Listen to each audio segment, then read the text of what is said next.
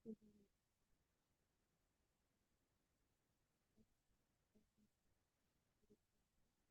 di dunia kita belajar. Nah, di sini saya akan menjelaskan sedikit modul dari mata kuliah khas. Di sini ada gambaran umum khusus. Jadi mahasiswa. Jadi di sini mahasiswa melampaui konsep dasar mata uang kripto untuk mengeksplorasi bagaimana teknologi buku besar terdistribusi dimanfaatkan untuk mengoptimalkan rantai pasokan, meningkatkan keamanan, menyederhanakan proses keuangan, dan menciptakan model bisnis baru. Di sini ada tujuan pembelajaran, jadi menjelaskan komponen inti dan mekanisme konsensus dari teknologi blockchain. Yang kedua, analisis permasalahan bisnis. Yang ketiga, evaluasi berbagai jenis jaringan blockchain. Yang keempat, diskusi tantangan dan peluang yang terkait dengan implementasi solusi blockchain. Yang kelima, mensintesis pengetahuan untuk mengusulkan solusi blockchain. Dan yang terakhir itu mengkomunikasikan konsep blockchain yang kompleks secara efektif melalui presentasi tertulis dan pesan. Di sini ada yang kedua, ada struktur modul. Modul yang pertama itu konsep inti blockchain. Jadi di sini ada penjelasan dan ada pertanyaan, 3 pertanyaan, dan di atasnya itu ada bahan referensi yang kita baca untuk menjawab pertanyaan yang di bawah ini. Seperti pertamanya ada pertanyaan, apa 3 komponen fundamental dari sebuah blockchain? Yang pertama itu ada blok. Blok itu biasanya berisi tentang transaksi, waktu pencatatan, dan hash unik. Yang kedua ada rantai. Rantai itu yang menghubungkan blok secara berurutan menggunakan hash. Dan yang ketiga itu ada jaringan yang terdiri dari berbagai node yang memverifikasi dan menyimpan salinan blockchain. Modul kedua itu blockchain public, private, dan konsorsium. Sama seperti di atas, di sini ada bahan referensi yang kita baca dan di bawahnya juga ada pertanyaan. Jadi blockchain itu ada yang public dan private. Yang public itu bisa diakses oleh siapa saja tanpa adanya izin verifikasi tertentu. Sedangkan yang private dia harus ada izin dari pihak tertentu.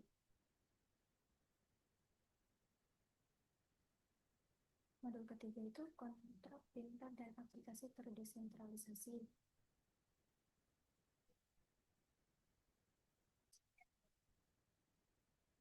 Ini tiga pertanyaan dan sama kayak yang di atas. Modul keempat itu blockchain dalam manajemen rantai pasokan. Ini bahan yang disarankannya itu kunjungi situs web IBM Fortress and Chain, artikel tentang penggunaan blockchain dan transparansi rantai pasokan, dan studi kasus tentang sebuah perusahaan yang menggunakan blockchain untuk melacak produk dari sumber hingga ke konsumen. Sini ada pertanyaan.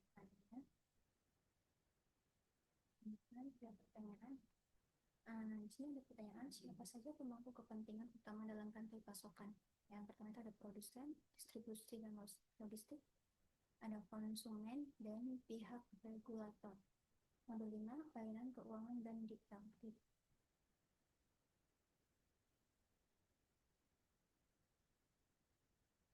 Di sini ada perbedaan, apa perbedaan antara sistem penyelesaian tradisional dan sistem berbasis blockchain. Jadi perbedaan itu ada dalam kecepatan. Kalau penyelesaian tradisional biasanya seringkali prosesnya lambat, tidak efisien. Sementara transaksi berbasis blockchain itu lebih cepat dan mudah dan memiliki biaya yang rendah, transparansi yang baik, dan dapat diakses secara global juga. Modul 6, platform blockchain perusahaan.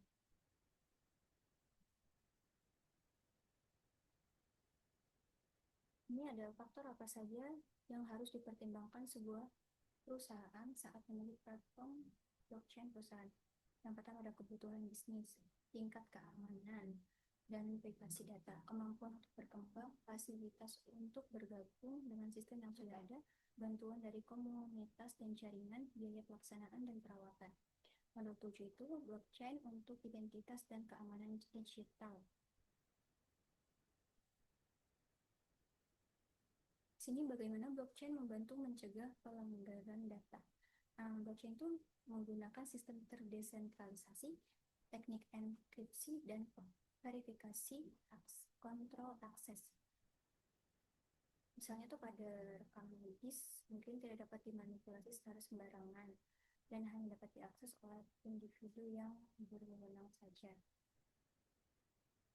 Modul 8 blockchain dan IoT.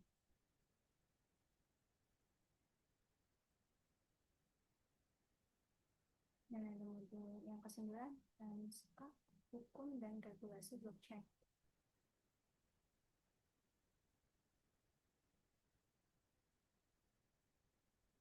Di sini bagaimana pemerintah dapat menggunakan blockchain untuk pelayanan publik dengan untuk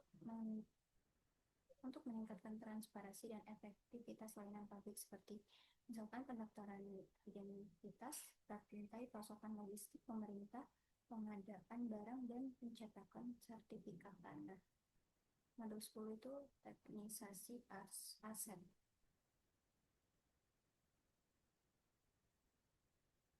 Modul 11 itu ada blockchain dalam pelayanan kesehatan.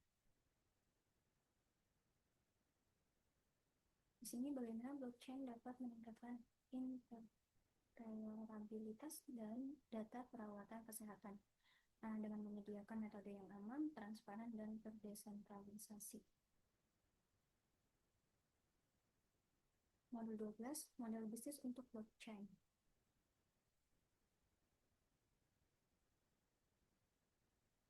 Dan modul 13 itu blockchain dan masa depan pekerjaan.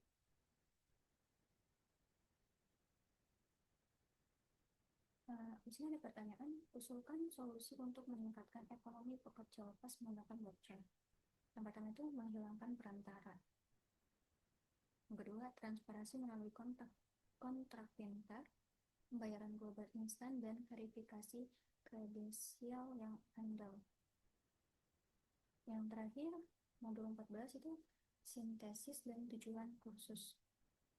Jadi di sini tuh kita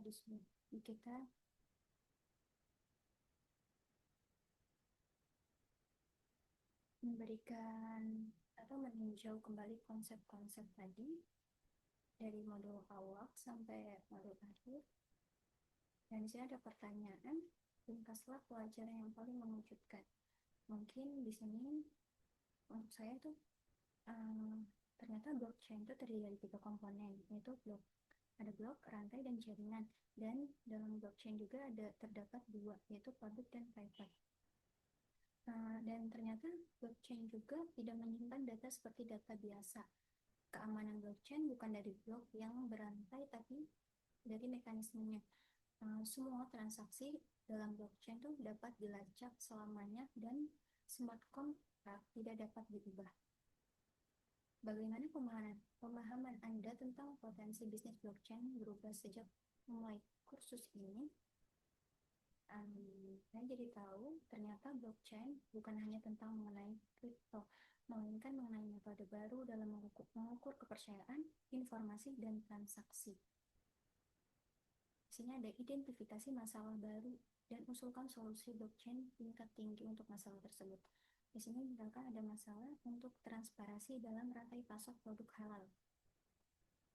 Untuk saat ini kan dokumen terkait kehalalan masih banyak yang berbasis manual dan proses pemeriksaan berlangsung lumayan lama atau lambat ya, dan si pembeli tidak dapat memverifikasi sendiri asal bahan baku tersebut.